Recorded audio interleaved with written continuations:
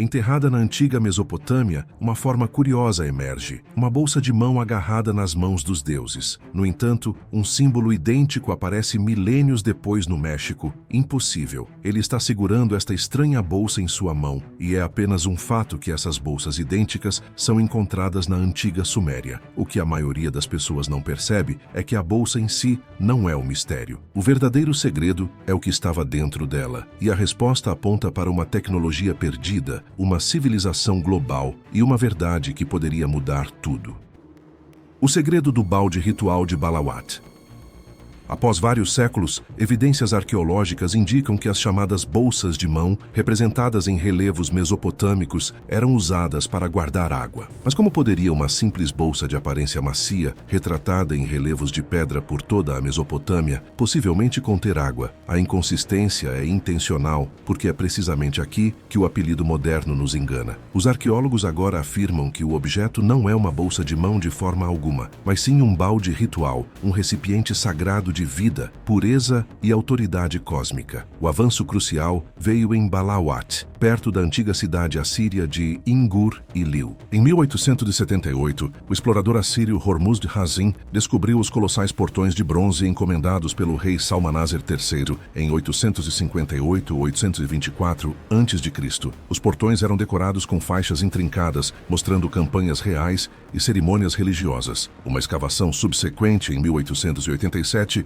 por E. A. Wallace Budge, trabalhando para o Museu Britânico, revelou algo ainda mais crucial. No Palácio do Governador, em Balawat, a equipe de Budge descobriu pequenos e requintados baldes de metal, idênticos em forma às bolsas de mão seguradas por figuras aladas em relevos assírios. A representação mais frequente na arte assíria e neo-assíria mostra um vaso profundo e arredondado, às vezes ligeiramente alargado na base, construído para a estabilidade no chão e robustez na mão. Ao contrário de uma bolsa têxtil pendurada, o corpo grosso do vaso frequentemente carrega entalhes que imitam nervuras, grão de madeira ou relevo de metal. Estes detalhes sugerem materiais do mundo real: juncos firmemente tecidos, bronze fundido e martelado, ou madeira dura esculpida e polida com cuidado cerimonial. O vaso é sempre sólido, nunca flácido, nunca colapsando. Ele é construído para conter algo importante. Além disso, o arco icônico não é uma alça, é um cabo rígido e de suporte de peso, esculpido com a mesma solidez do vaso. Suas extremidades encontram a borda perfeitamente, projetadas como uma única unidade. Em algumas cenas, o cabo se eleva com tanta tensão que um botão arredondado ou pomo se assenta em seu ápice, como uma coroa simbólica. Uma alça macia nunca poderia carregar água. Um cabo rígido, no entanto, faz todo o sentido para um balde destinado a levantar e derramar.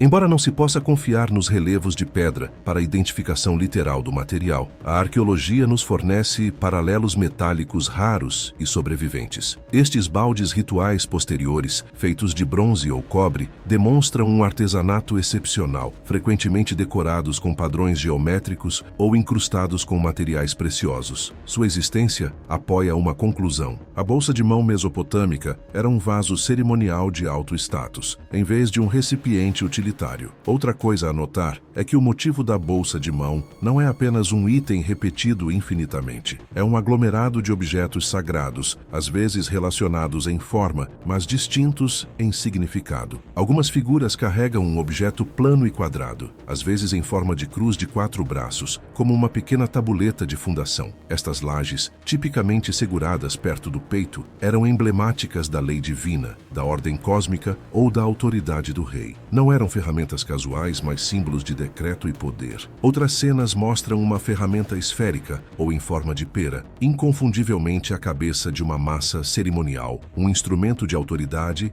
guerra e julgamento. Sua inclusão revela outra camada de simbolismo divino. Os deuses não apenas nutrem a vida, eles impõem a ordem cósmica. Representações menos comuns mostram um pequeno pote, frequentemente com tampa. Estes podem representar recipientes para incenso, óleo ou substâncias sagradas usadas em rituais de purificação. Toda esta família de objetos, balde, tabuleta, massa, pote aponta para um único tema unificador. Estas são ferramentas de autoridade sagrada, a insígnia de seres encarregados de manter a ordem no universo. Não são decorações aleatórias, são uma linguagem visual codificada, e o balde é a sua pedra angular. O balde em si não era uniforme. Alguns eram esculpidos com padrões que se assemelhavam a recipientes de junco trançado. Outros pareciam metálicos, decorados com rosetas ou desenhos geométricos. Esta variação indica que os artistas não estavam retratando um objeto mítico, mas sim uma ferramenta cerimonial real, familiar ao seu público. A presença do balde em diferentes cidades, dinastias e tradições artísticas fortalece a interpretação de que ele tinha um propósito ritual amplamente compreendido. Se a forma primária é um balde destinado à água, por que este ato particular, carregar água, era digno de ser eternamente esculpido em pedra ao lado de deuses e reis? E por que, em inúmeras representações da Mesopotâmia à Mesoamérica, este balde é quase invariavelmente mostrado na presença de uma grande árvore estilizada, a árvore da vida?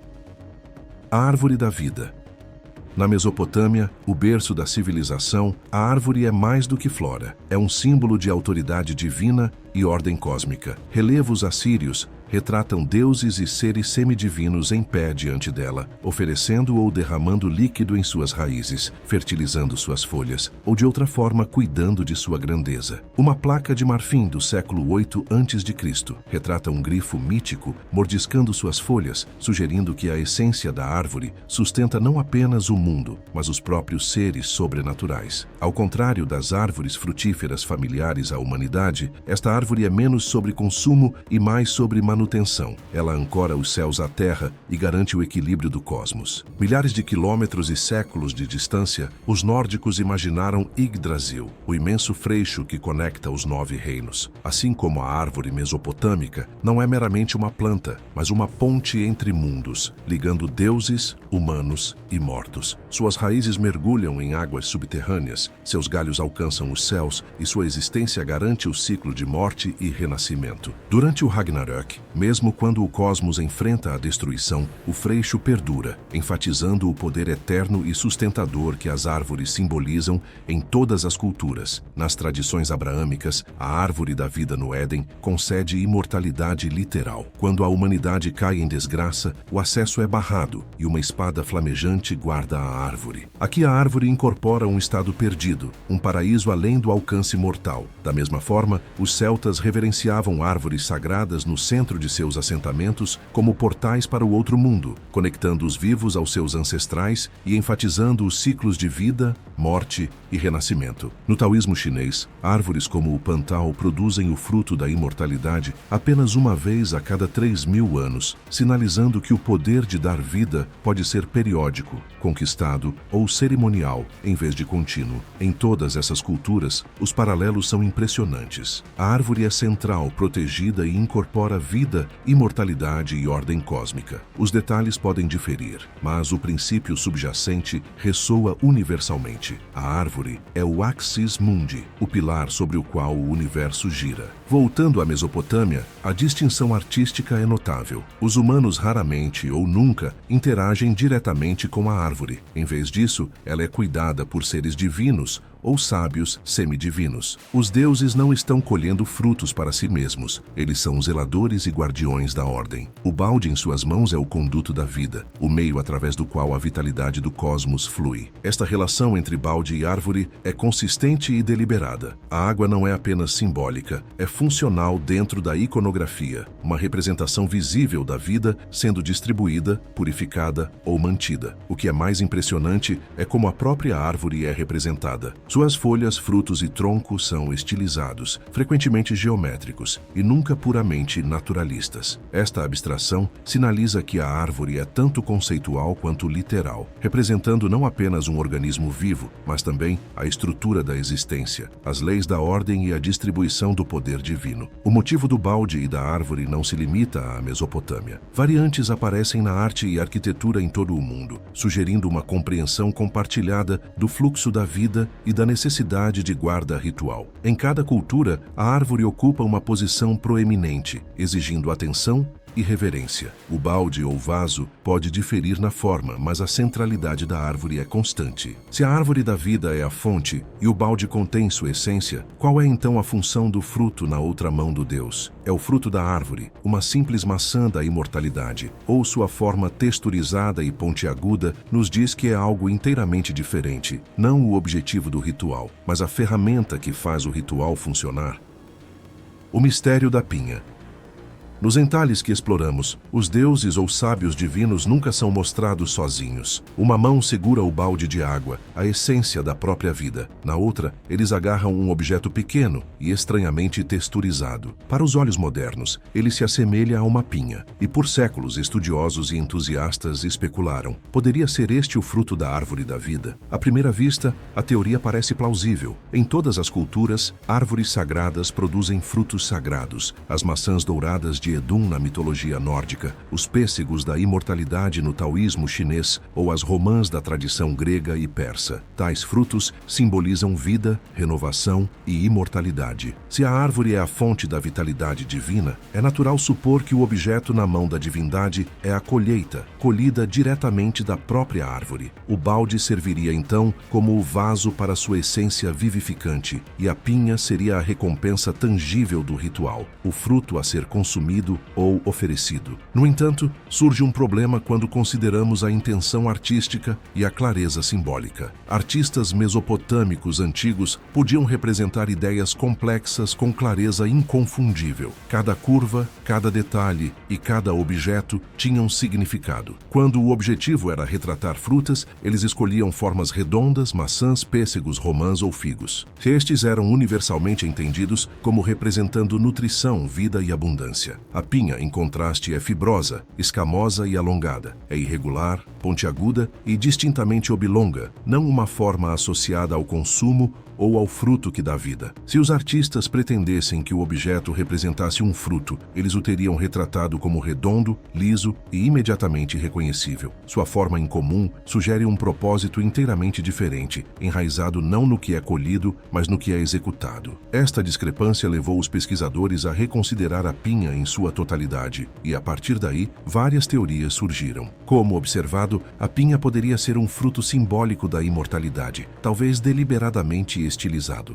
Defensores desta visão argumentam que os antigos não se preocupavam com a precisão botânica. Em vez disso, as escamas da pinha podem representar as múltiplas camadas de vida, crescimento e regeneração, tornando-a um fruto metafórico em vez de literal. Isso se alinha com mitos globais, onde árvores sagradas produzem frutos únicos, às vezes fantásticos. Embora atraente, esta teoria luta sob o peso das convenções artísticas mesopotâmicas. Os artistas consistentemente retratavam frutas consumíveis como redondas. A forma da pinha é muito distinta, muito irregular para se encaixar neste padrão. Uma interpretação mais amplamente aceita é baseada em evidências linguísticas e arqueológicas. A palavra acadiana para pinha é mululu, que significa o purificador ou aquilo que torna limpo. Esta terminologia transforma o objeto de um fruto em um instrumento funcional. Na prática, é um aspersor mergulhado na água sagrada do balde e usado para aspergir, limpar e santificar reis, estátuas ou a base da própria árvore da vida. As escamas texturizadas do cone são ideais para dispersar o líquido uniformemente. Outra interpretação enfatiza a pinha como um meio simbólico, uma ponte entre os reinos divino e terrestre. O balde fornece vida, a árvore incorpora a fonte e o cone canaliza essa vida para fora, em um ato deliberado e controlado. Nesta leitura, a pinha representa o mecanismo de purificação e bênção, não a pinha em si. O poder do Deus não está simplesmente em segurar a água, mas em aplicá-la corretamente, com o cone agindo como o instrumento de manutenção cósmica. A evidência aponta esmagadoramente para a pinha como um implemento ritual,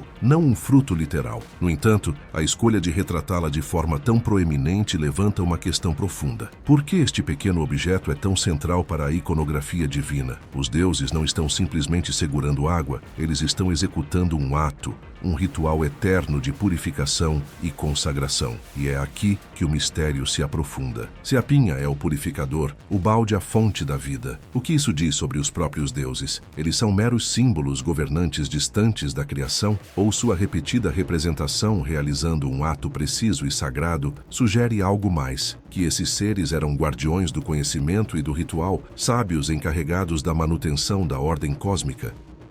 De deuses a sábios.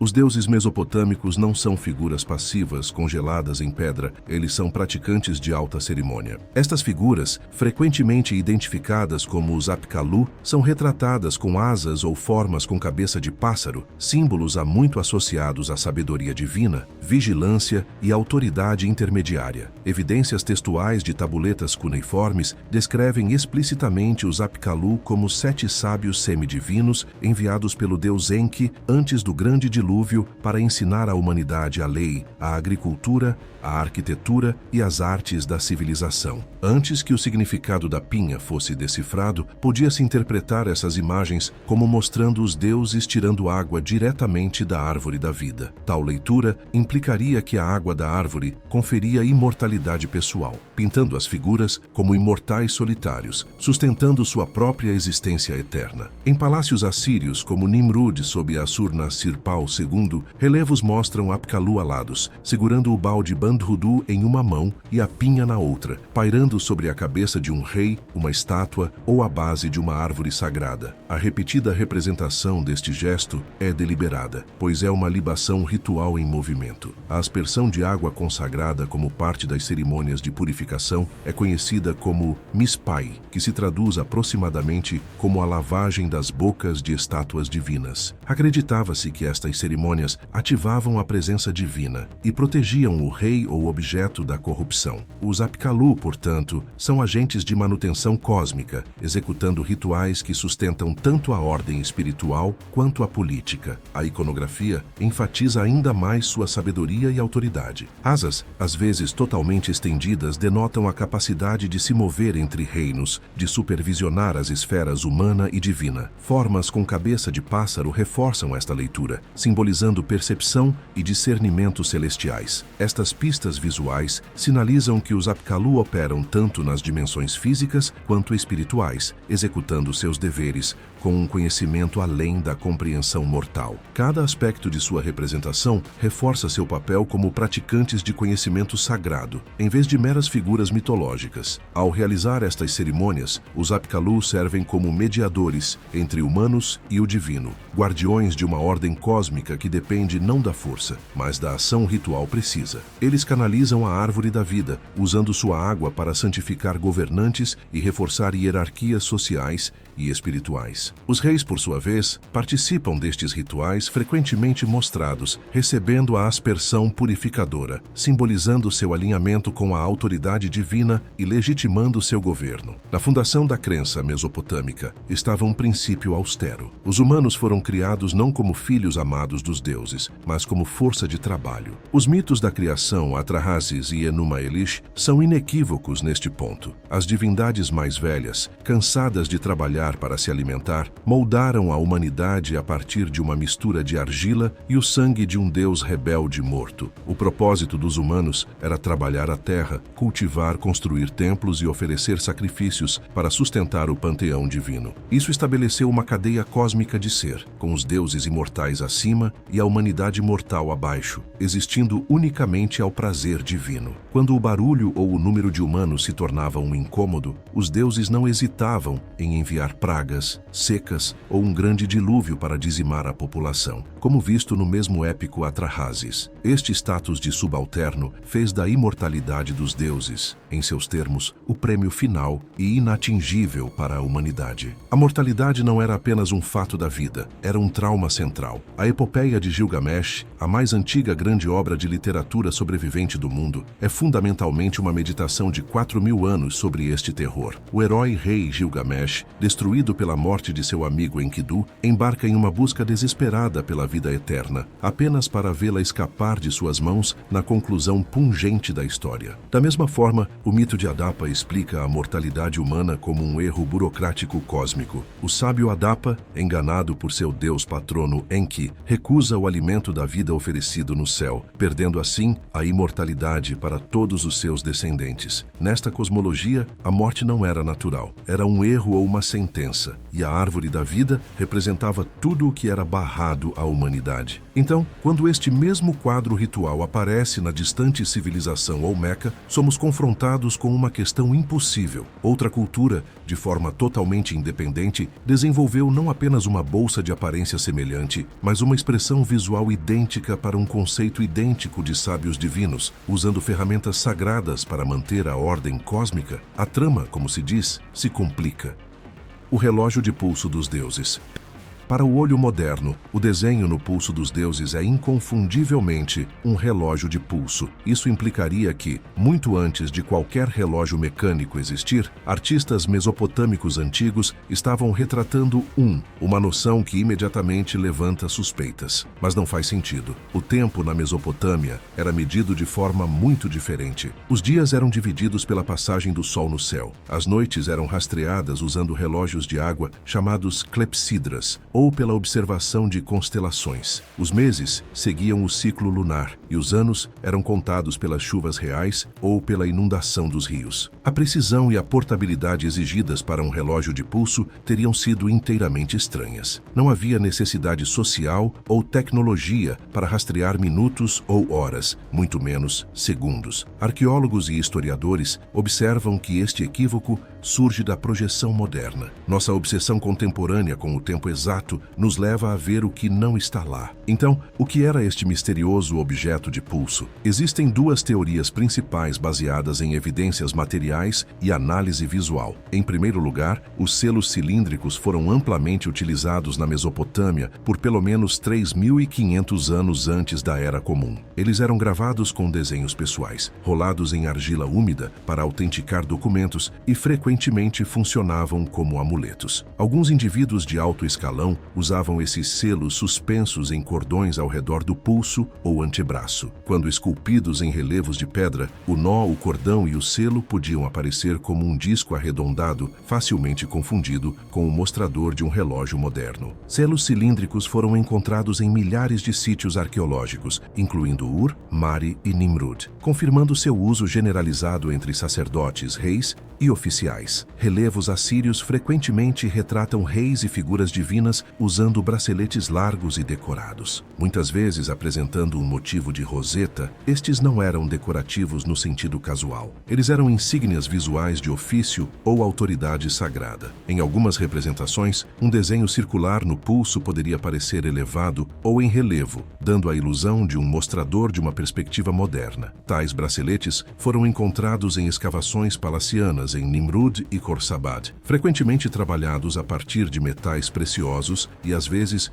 incrustados com pedras ou esmalte, sublinhando seu status de elite. Ambas as interpretações convergem no mesmo ponto. O objeto de pulso significa autoridade e ofício, não cronometragem. Ele comunica ao espectador que a figura é alguém com responsabilidade ritual, conhecimento e dever sagrado. Curiosamente, este detalhe se alinha com o sistema simbólico mais amplo já visível na arte mesopotâmica. Figuras segurando o balde e a pinha, interpretados como implementos rituais, são frequentemente os mesmos indivíduos retratados com o objeto de pulso. Esta combinação sinaliza que o usuário não é apenas um deus passivo, mas um agente ativo na manutenção da ordem cósmica. Cada elemento, o balde, o cone, o bracelete de pulso, foi deliberadamente colocado para transmitir posição e função. Achados arqueológicos reforçam esta leitura. Inscrições descrevem rituais elaborados envolvendo reis, sacerdotes e figuras semidivinas, onde ferramentas e gestos específicos marcavam a autoridade. Por exemplo, o mispi, que significa ritual de lavagem da boca, envolvia a aspersão de água consagrada em estátuas ou realeza, enfatizando a purificação e a legitimidade. Embora os relevos não possam nos mostrar cada encantamento falado, os objetos em suas mãos agem como símbolos concretos de ofício e função ritual. Outro aspecto convincente é como o objeto de pulso reflete a alfabetização e o poder administrativo. Selos cilíndricos funcionavam como assinaturas, essencialmente crachás de identificação pessoal em argila. Uma figura de alto escalão retratada com um selo no pulso indica que ela tem a autoridade para autenticar,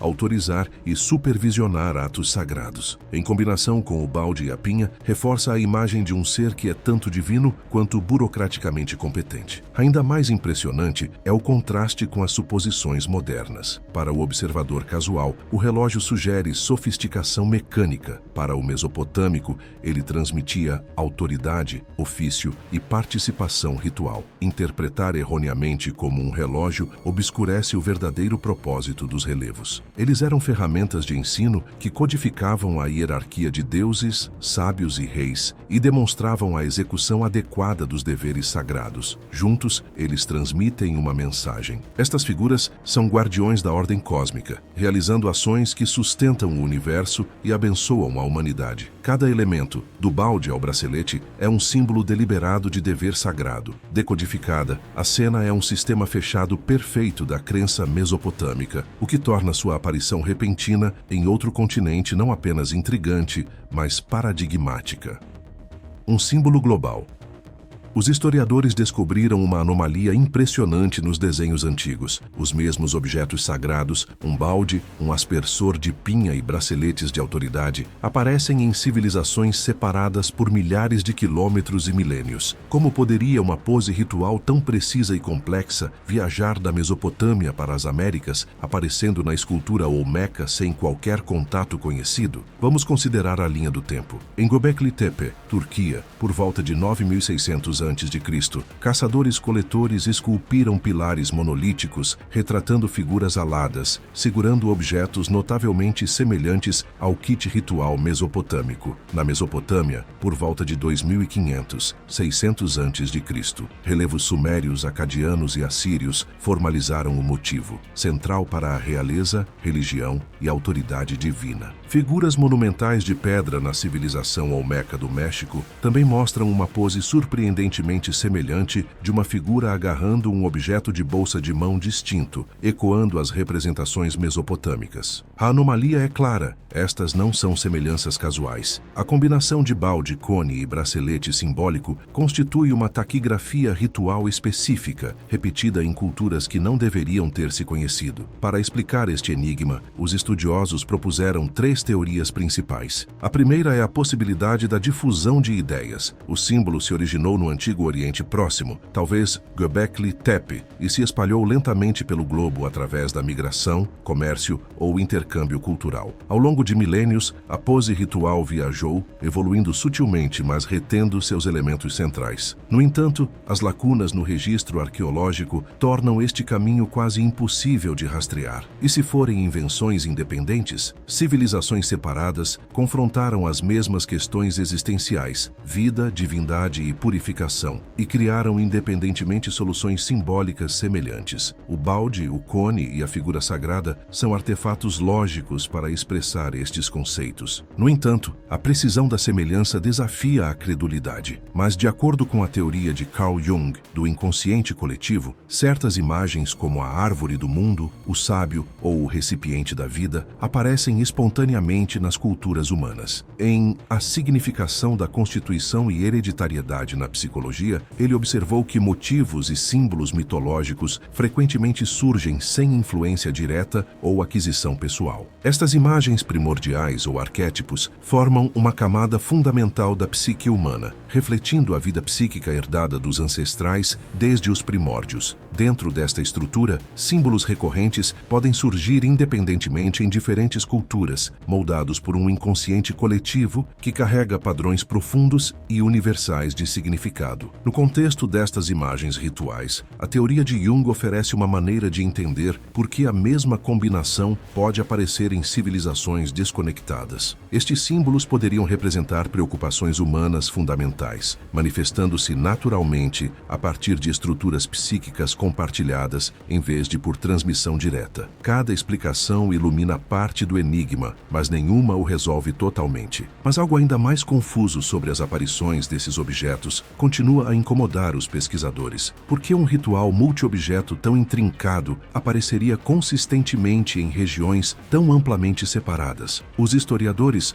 notaram algo impressionante nas representações antigas do motivo do balde e do cone. Embora apareça em vastas distâncias e períodos de tempo, ele está completamente ausente em várias grandes civilizações que se esperaria que o tivessem adotado ou adaptado. Como poderia uma imagem ritual tão precisa viajar milhares de quilômetros e séculos, mas pular regiões inteiras? Pegue o Antigo Egito, por exemplo. Apesar do forte contato cultural e comercial com a Mesopotâmia, a arte egípcia não mostra figuras realizando rituais de purificação com balde e cone. Os egípcios tinham um rico repertório simbólico, o Ankh para a vida, árvores sagradas como o sicômoro associado a Hathor, mas a cena ritual no estilo mesopotâmico nunca aparece. Além disso, na civilização do Vale do Indo, que é contemporânea da Mesopotâmia primitiva e tem extensas redes comerciais, há selos, figurinhas e layouts urbanos que sugerem sofisticação ritual, mas não há vestígio do motivo do balde e do cone. Embora as culturas grega e romana tenham herdado alguns mitos do Oriente Próximo, elas não adotaram a iconografia de figuras aladas com baldes e cones purificando árvores. Obrigado por assistir. Agora confira os vídeos que estão aparecendo na tela para mais histórias inacreditáveis.